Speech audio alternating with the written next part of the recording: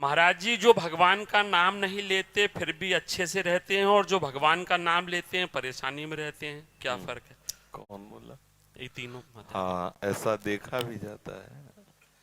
क्या होता है कि जैसे कोई प्रभु का नाम जप नहीं कर रहा और बड़ा लौकिक पदार्थों से भरा पूरा देखा जाता है, सुखी देखा जाता है, तो उसमें हमारे भागवतिक विधान में एक सिस्टम है।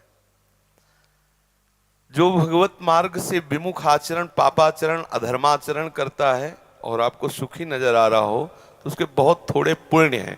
उनको भुगाने के लिए पहले हमारे संविधान, भागवतिक संविधान में उसके पुण्य नष्ट कर, क्योंकि जब उसे दुख मिलेगा तो पुण्य उसका सहयोग कर देगा, इसलिए पहले उसके सहयोगी का नाश किया जाता है।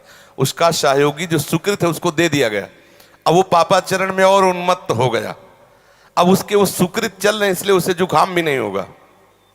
अब वो सोचता है कि कुछ नहीं, कोई निर्णय नहीं, कोई भगवान नहीं, मनमानी पापाचरण करो, खूब मौज से रहो, और वो सुकृत उसके नष्ट हो रहे हैं।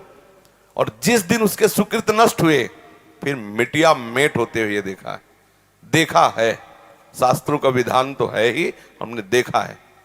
एक ठाकुर रामबली सिंह जमींदार आसपास बंदूक लेके चलते, ऐसा बच्चापन में को देखा हमने।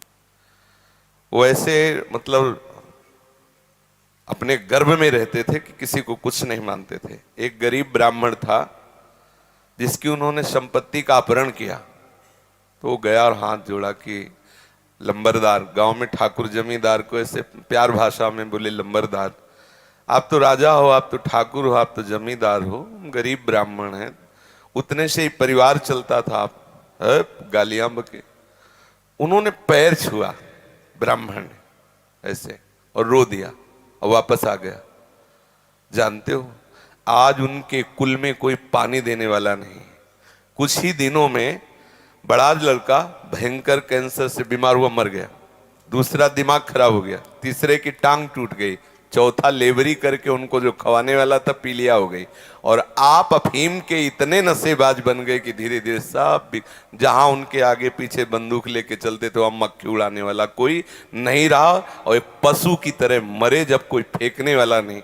ऐसी स्थिति होता क्या है कि शुभ कर्म जब तक हमें वहां के हमारे भागवतिक विधान में सिस्टम है, यदि आप अधिक पाप करेंगे तो आपके जल्दी से जल्दी शुभ कर्म आपको दिए जाएंगे कि वो नष्ट हो, तब तुम्हारा नाश शुरू होगा।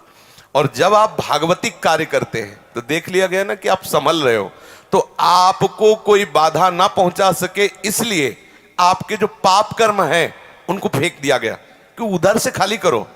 जो उसके शत्रु पक्ष के पाप कर्म जमा है उसको नष्ट करने के लिए उनको भेजो, क्योंकि इस समय धर्म निष्ठा में है, ये पचा जाएगा।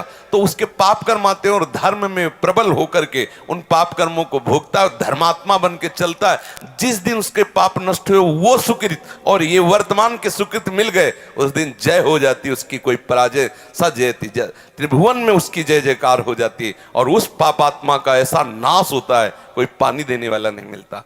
ऐसा नहीं है कि पापी पुरुष मौज से है और धर्मात्मा कष्ट से है, उसके रहस्य को नहीं जानती, इसलिए तुम्हें ऐसा लगता है। समझ पा रही हो?